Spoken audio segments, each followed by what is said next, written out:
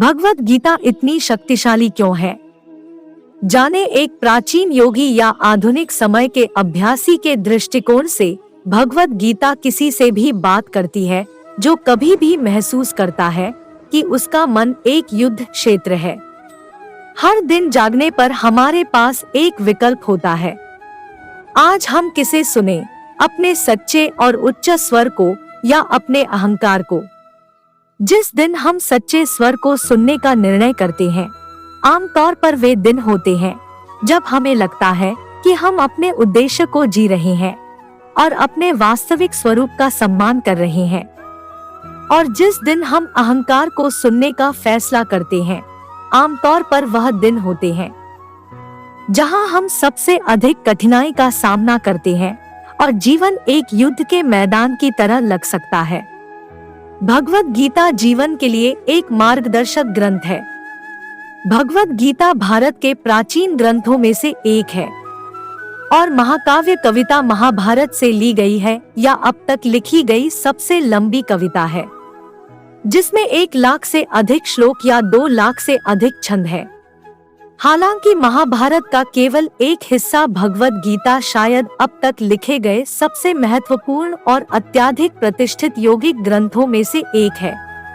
उपनिषद और धम्मपद जैसे ग्रंथ भी इस कविता का हिस्सा है, लेकिन भगवद गीता को व्यक्तिगत परिवर्तन की कुंजी के रूप में जाना जाता है। भगवद गीता एक नक्शा और एक गाइडबुक है जो हमें जीवन के हर क्षेत्र का एक व्यवस्थित अवलोकन कराती है तथा विभिन्न दृष्टिकोणों को उनके लाभ और नुकसान के साथ बताती है और सिफारिश भी करती है कि हमें क्या साथ रखना है और क्या पीछे छोड़ना है। किसी भी अन्य उपनिषद और धम्मपद से यह एक व्यक्तिगत मार्गदर्शक की भावना पैदा करती है या उन सवालों को पूछती है और जवाब देती है जो आप या हम पूछ सकते हैं। प्रश्न दर्शन या रहस्यवाद के बारे में नहीं, बल्कि चुनौती और परिवर्तन की दुनिया में जीवन को प्रभावी ढंग से कैसे जीना है। भगवद गीता की पूरी कहानी कुरुक्षेत्र के युद्ध के मैदान पर घटित होती है, जिस पर एक परिवार के 2 पक्ष पांडव और कौरव युद्ध की तैयारी कर रहे हैं। यह 2 पात्रों कृष्ण और अर्जुन के बीच बातचीत पर केंद्रित है।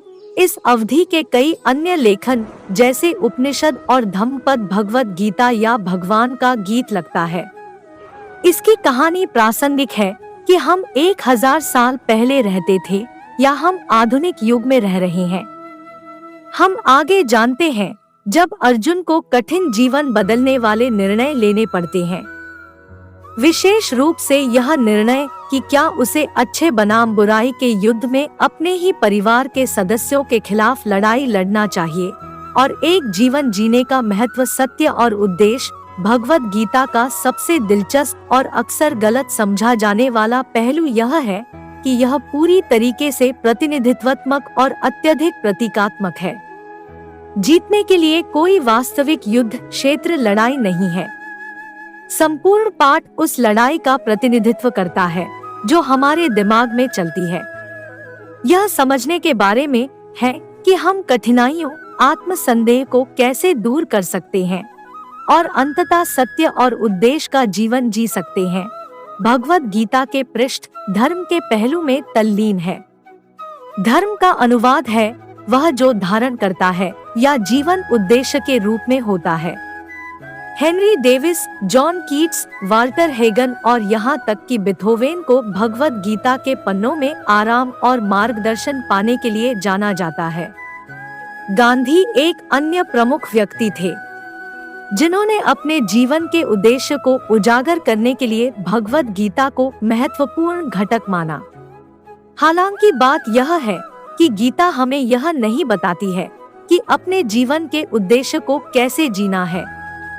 जैसा कि साइमन हंस ने धर्म पर अपनी स्वयं की पुस्तक द धर्म कोड में बताया है, युवा स्नातकों को अपने जुनून को खोजने और फिर अपने सपनों का पीछा करने के लिए प्रोत्साहित किया जाता है। स्नातक समारोह में अक्सर दी जाने वाली यह सलाह गुमराह करने वाली होती है। अधिकांश सफल युवा अंदर नहीं देखते हैं और फिर जीवन की योजना बनाते हैं। वे भीतर की यात्रा नहीं करते हैं, और दुनिया की चुनौतियों का सामना करने के लिए तैयार रहते हैं और एक विकसित स्वर की खोज करके बाहर आते हैं। उनका मन उन्हें खुद को खोजने की अनुमति नहीं देता है। जीवन में चुनौतियों का सामना करके एक ऐसी समस्या का पता लगाकर जो उनकी ऊर्जाओं को बुलाती है, वे खोजते हैं कि वह क्या करने में सक्षम है और उनके लिए क्या महत्वपूर्ण है। दूसरे शब्दों में, हमारी क्षमता या उद्देश्य अनुभूति की प्रक्रिया के माध्यम से नहीं, बल्कि दुनिया के साथ हमारे महत्वपूर्ण जुड़ाव के माध्यम से प्रकट होती है। हम अपने जीवन उद्देश्य को चाहे जो भी माने, हम सभी का एक उद्देश्य है, जीवन को पूर्ण रूप से जीना। सभी की तहकीकात करने के लिए स्वयं के भीतर और बाहर तहकीकात करना है। जैसा कि सिद्धार्थ गौतम ने कहा, हमारे अपनी दुनिया की खोज करने के लिए और अपने पूरे दिल से अपने आप को इसके लिए समर्पित करें। हम अपने जीवन उद्देश्य को चाहे जो भी माने, हमें सभी का एक ही उद्देश्य है, जीवन को पूरी तरह से जीना। अपने भीतर और बाहर सब कुछ तलाशना। जीवन कभी कभी युद्ध के मैदान की तरह लग सकता है, लेकिन इसे कई ग्रंथों में नाटक के रूप में भी जाना जाता है। जब हम इसे इस तरह से देखते हैं, तो हम अपने आप से पूछ सकते हैं, क्या मैं अपनी भूमिका पूरी तरह से निभा रहा हूँ?